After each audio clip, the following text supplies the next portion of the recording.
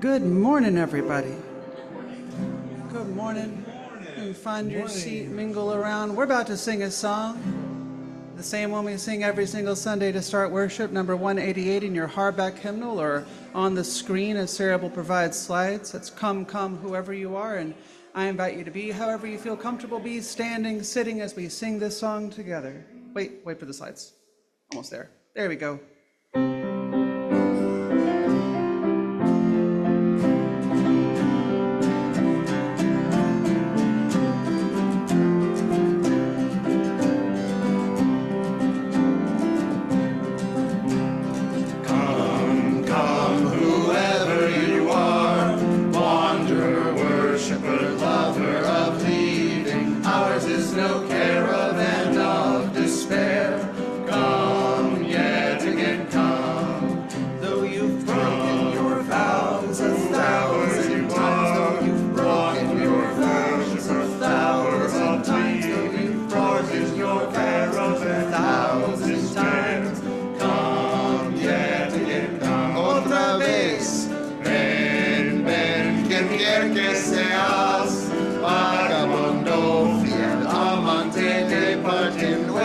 No es procesión de perder, ven otra vez ven.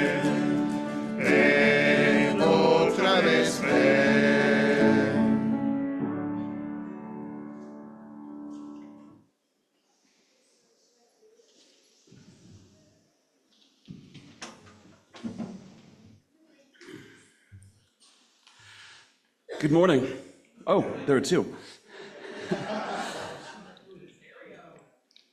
Here we are at the hybrid service of Second Unitarian Church of Omaha. We bring our message to the west side of Omaha, Nebraska, and we are here to learn about and commit to living the 6 values of Unitarian Universalism: justice, equity, transformation, pluralism, interdependence, and generosity.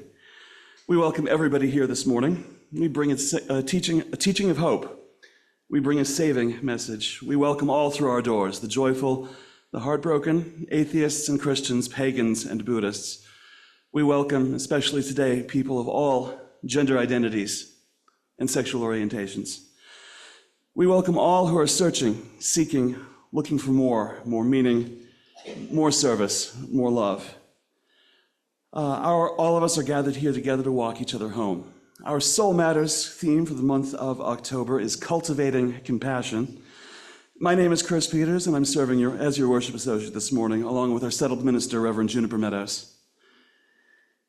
As our first act of worship, I'd like to invite everybody to stand and greet the people you see around you. Sarah will open the gallery view in Zoom, so our remote members can also join in the conversation. Good morning. Good morning. How are you? Good morning. I'm back.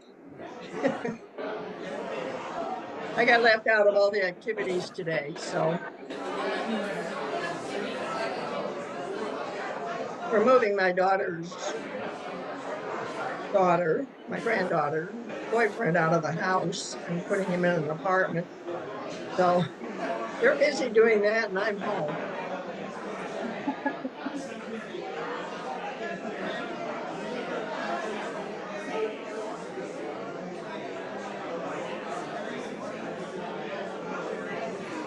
Did they break up? Is that Hi, why? how are you? Hi. Did they break up?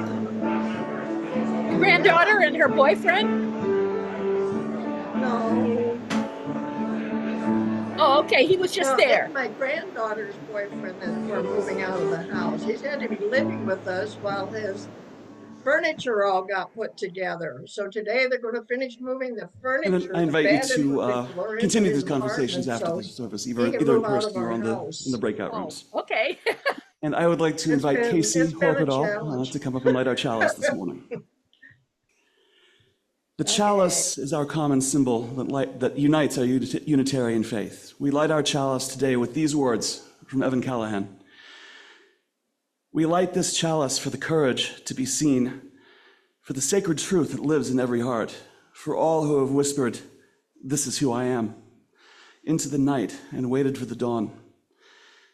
We light this flame for those still finding their words, for those who cannot yet speak, for those who have spoken and been silenced, and for those who speak still, shimmering with pride. May this light glitter with our promise that love needs no permission, that every color, every pronoun, every story belongs in the great spectrum of creation. As this flame burns, so do we, radiant, resilient, and real, each spark a testimony to the holy act of coming out and the communion of being fully alive.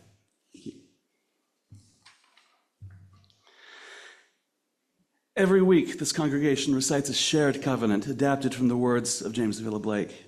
Sarah will share the words on the screen, and I invite you to join in unison.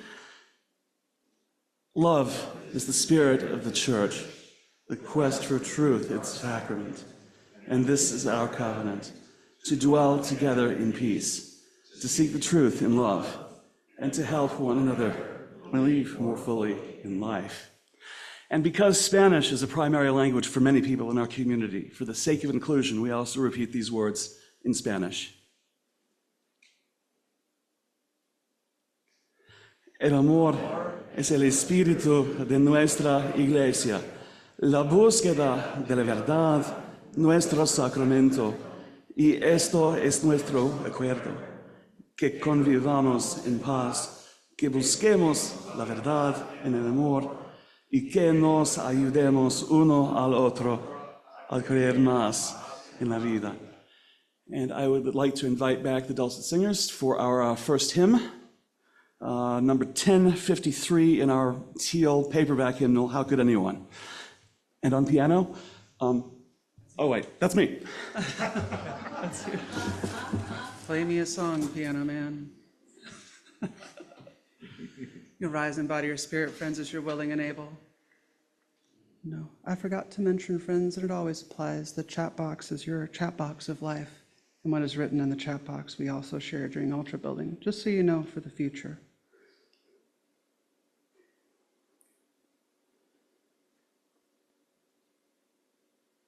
I have so many writings in the Book of Life this morning.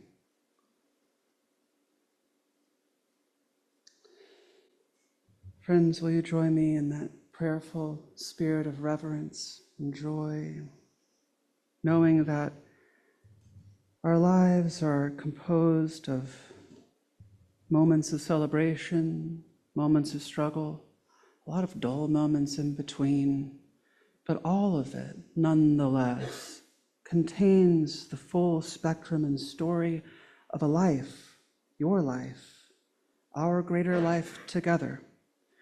And that both the light and the heavy, the joyful and the sorrow take place in one whole life. Knowing that, maybe pray. Spirit of life, love, and all that grows good beneath the stars, spirit of justice and equity, spirit that transforms all things, spirit that is in all things, pluralistic, drawing us deeper into interdependence. And from that flowing generosity, we find ourselves rooted in a deeper love that is you. Here we find ourselves again in a time that is so fraught and uncertain and scary all the same.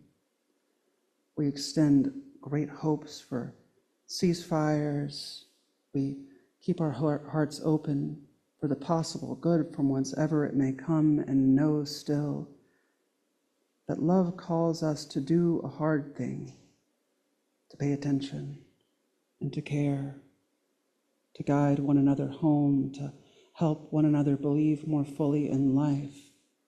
May we have spirits capable of such ministry, able to carry ourselves and a little bit of water along the way for a neighbor, to be a place where people can lay down their burdens and open their truth, where we may also find such a community where we can lay down our burdens and explore our heart's yearning.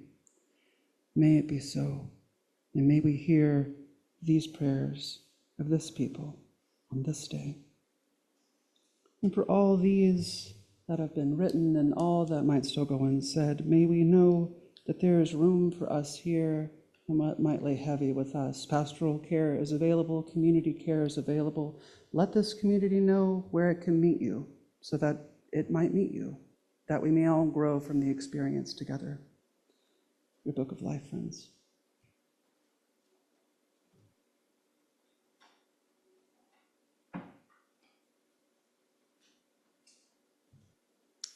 I'm realizing I kind of did like an Uruk-hai thing, like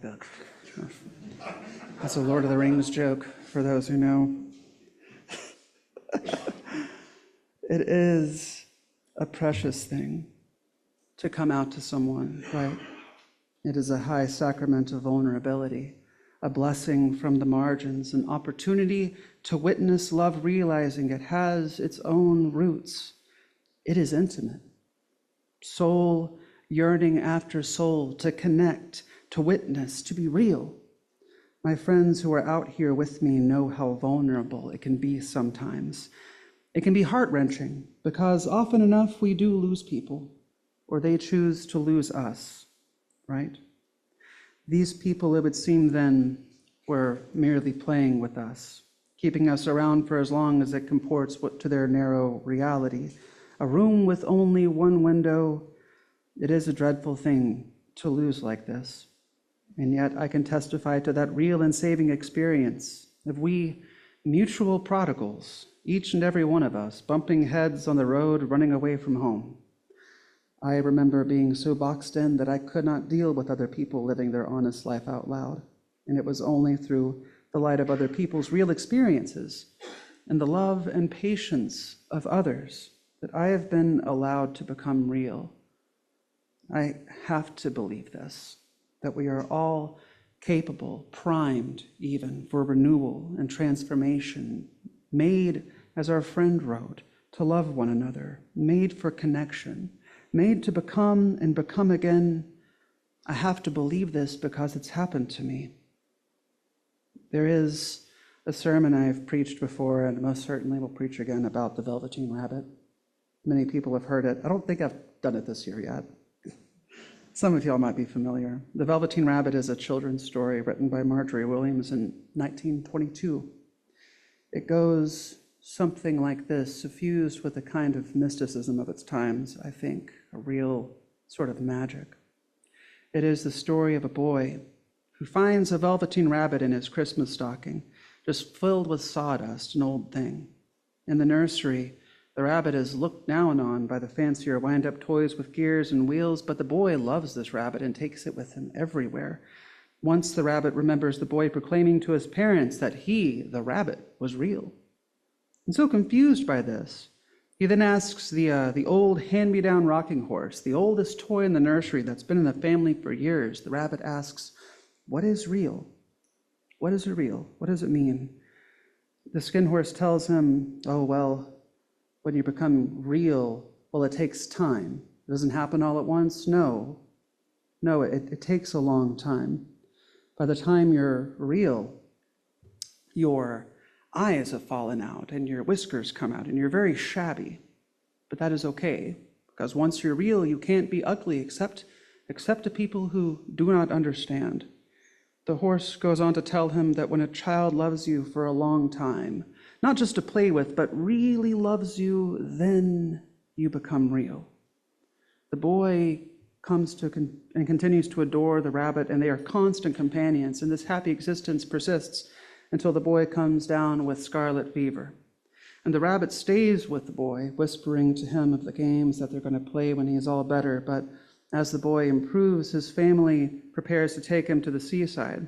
The rabbit is really looking forward to this trip to the seaside, but the doctor insists that he has to be thrown out and burned with the other toys because they may have been infected. While the rabbit is waiting to be burned, he cries a real tear because the boy loved him.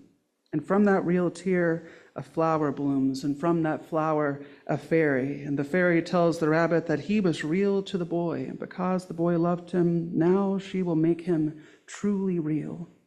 Later, the boy sees a real rabbit in the garden, and he thinks it looks like his old stuffed rabbit, though he does not know that it really is the velveteen rabbit he once loved. I believe this story underscores how impactful the everyday magic of love can be, and how we can never really fully appreciate the gravity of everyday kindness. We do not know what seeds we sow in the lives and perspectives and minds of other people. When someone really loves you, when someone can truly receive you while honoring the bounds and limits of true understanding, when one can be present and patient and kind, then, in these connections, one can become real. Real as in realized, real as in open, real as in feeling the slack lighten off the mortal coil, just a little bit. Real as in you can move and be in the world, breathe and become. This sort of slack I've mentioned, this experience of opening and honesty, is not exclusive to the lives of LGBTQIA+ people. There is an edge of this that I believe is broadly applicable. For we all have vulnerabilities, and I would wager many of us, in one way or another, have something within that yearns to be realized. So much of our modern pressures promote orderly behavior for its own sake while denigrating that which lives within each of us. We go on being merely played with most of the time, in superficial and fleeting ways, but don't we all just want to be loved, to belong, to be allowed to become? We know that there are forces bent to block the true colors of the soul, and for what good reason other than a convenient scapegoat? What is all this talk of nursery rooms and realness in the face of a war machine? I will tell you what I think. As a trans woman, as a queer person, as your minister, I find all of this very scary, right? I have found myself wondering why, beyond the why of the moment. I wonder what we are here for. What is the ontological validity of a trans person's existence? These aren't polite or good questions to ask. People often ask these questions in bad faith. But me, as I wonder about it, I feel that we, queer and trans folks, are here to remind people that all people have the internal power to realize what longs to be made real within them. We give other people permission in all the ways to be real. Feeling this, I can look to you, and I look back upon the love that has seen me thus far, and I am filled with the conviction that this moment is survivable. And I remember that as hard as it is and may yet become, it has always been hard somewhere, somewhen, to someone. And I find solidarity with the ancestors, with Marcia and Sylvia and all who precede them, all dancing in the distant colors of history. And I know that they would find these days to be such a time to be alive. And I know that they would be proud of each and every one of us. I remember my own heart's mantra, wrought by experience, right? That change is possible. Not only possible, it's happening, and it's here, and it's right now. Because love moves, lives, and breathes just as much as you and me in such a reckoning. How could one's courage not be renewed? It is my prayer and my hope and my wish that no matter what happens in this city and this country, that we create here and in our own lives places where true colors can shine. And all the life-affirming ways you create community and family and love, and all the ways you know yourself and are learning about yourself, and all your heart's longing to be real, may this be a place where you can shine with all of your true colors. We extinguish this flame, but not the light of truth, the warmth of community, or the fire of commitment. These we carry in our hearts until we are together again. Praise love from which all goodness shines. Praise freedom lifted to the skies. Praise the fires of the mind. Praise all the joy we've yet to find.